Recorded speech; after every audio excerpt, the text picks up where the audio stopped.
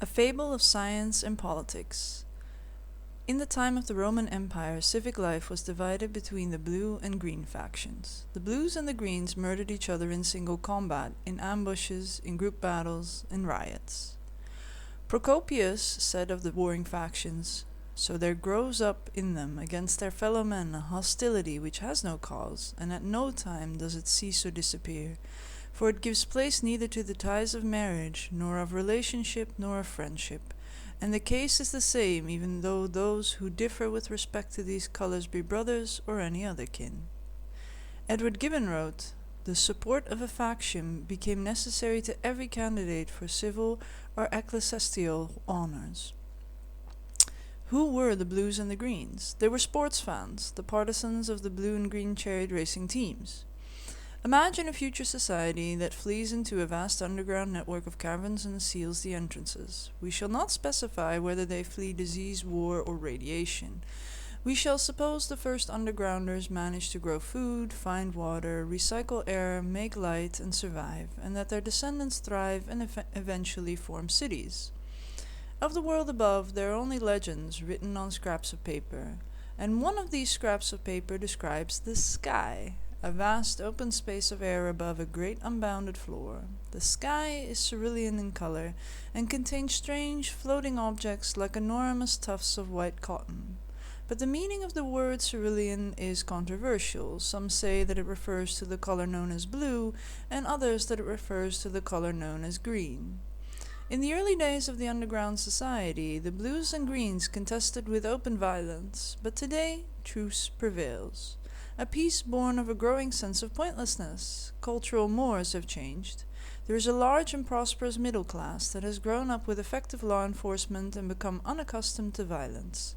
The schools provide some sense of historical perspective, how long the battle between blues and greens continued, how many died, how little changed as a result. Minds have been laid open to the strange new philosophy that people are people, whether they be blue or green. The conflict has not vanished. Society is still divided along blue and green lines, and there is a blue and a green position on almost every contemporary issue of political or cultural importance. The blues advocate taxes on individual incomes. The greens advocate taxes on merchant sales.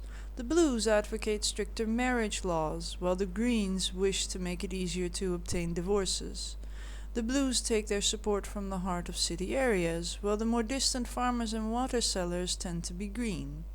The blues believe that the earth is a huge spherical rock at the center of the universe, the greens that it's a huge flat rock circling some other object called the sun.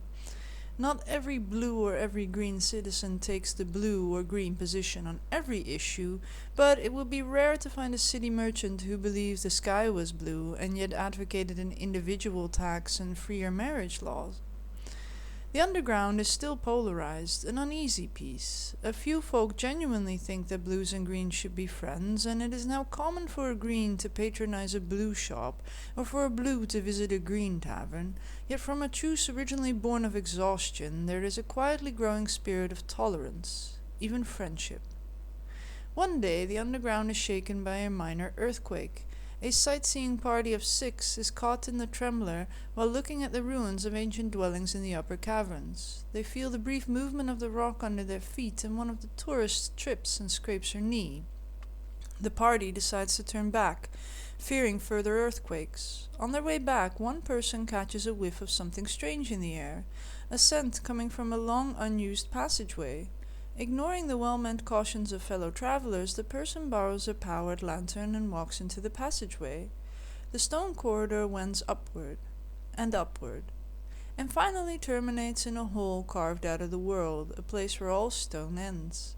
Distance, endless distance, stretches away into forever, a gathering space to hold 1,000 cities, unimaginably far above, too bright to look at directly. A soaring spark casts light over all visible space, the naked filament of some huge light bulb. In the air, hanging unsupported, are great, incomprehensible tufts of white cotton, and the vast, glowing ceiling above. The color is...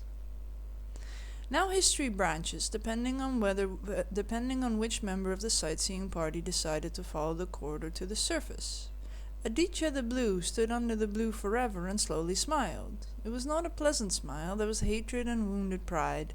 It recalled every argument she'd ever had with the Green, every rivalry, every contested promotion. "You were right all along," the sky whispered down at her, "and now you can prove it." For a moment Aditya stood there, absorbing the message, glorying in it, and then she turned back to the stone corridor to tell the world. As Aditya walked, she curled her hand into a clenched fist. "The truce," she said, "is over." Baron the Green stared uncomprehendingly at the chaos of colors for long seconds. Understanding, when it came, drove a pile-driver punch into the pit of his stomach. Tears started from his eyes. Baron thought of the massacre of Cathay, where a blue army had massacred every citizen of a green town, including children. He thought of the ancient blue general, Anas Rel, who had declared Greens a pit of disease, a pestilence to be cleansed. He thought of the glints of hatred he'd seen in blue eyes, and something inside him cracked. "How can you be on their side?" Baron screamed at the sky, and then he began to weep, because he knew, standing under the malevolent blue glare, that the universe had always been a place of evil. Charles the Blue considered the blue ceiling, taken aback. As a professor in a mixed college, Charles had carefully emphasized that blue and green viewpoints were equally valid and deserving of tolerance. The sky was a metaphysical construct and cerulean a color that could be seen in more than one way. Briefly, Charles wondered whether a Green standing in this place might not see a green ceiling above, or if perhaps the ceiling would be green at this time tomorrow, but he couldn't stake the continued survival of civilization on that. This was merely a natural phenomenon of some kind, having nothing to do with moral philosophy or society, but one that might be readily misinterpreted, Charles feared. Charles sighed and turned to go back into the corridor. Tomorrow he would come back alone and block off the passageway. Daria, once green, tried to breathe amid the ashes of her world. "I will not flinch," Daria told herself. "I will not look away." She had been green all her life, and now she must be blue. Her friends, her family would turn from her. "Speak the truth, even if your voice trembles," her father had told her. But her father was dead now, and her mother would never understand. Daria stared down the calm blue gaze of the sky, trying to accept it, and finally her breathing quieted. "I was wrong," she said to herself mournfully. "It is not so complicated after all." She would find new friends, and perhaps her family would forgive her. Or, she wondered with a tinge of hope, rise to this same test, standing underneath this same sky? "The sky is blue," Daria said experimentally, and nothing dire happened to her. But she couldn't bring herself to smile. Daria the Blue exhaled sadly and went back into the world, wondering what she would say. Edin, the Green, looked up at the blue sky and began to laugh cynically. The course of his world's history became clear at last. Even he couldn't believe they'd been such fools. "Stupid," Edin said. "Stupid, stupid! And all the time it was right here. Hatred, murders, wars, and all along it was just a thing somewhere that someone had written about, like they'd written about any other thing. No poetry, no beauty, nothing that any sane person would ever care about. Just one pointless thing that had been blown out of all proportion." Edin leaned against the cave mouth wearily, trying to think of a way to prevent this information from blowing up the world, and wondering if they didn't all deserve it. Ferris gasped involuntarily, frozen by sheer wonder and delight. Ferris's eyes darted hungrily about, fastening on each side in turn before moving reluctantly to the next.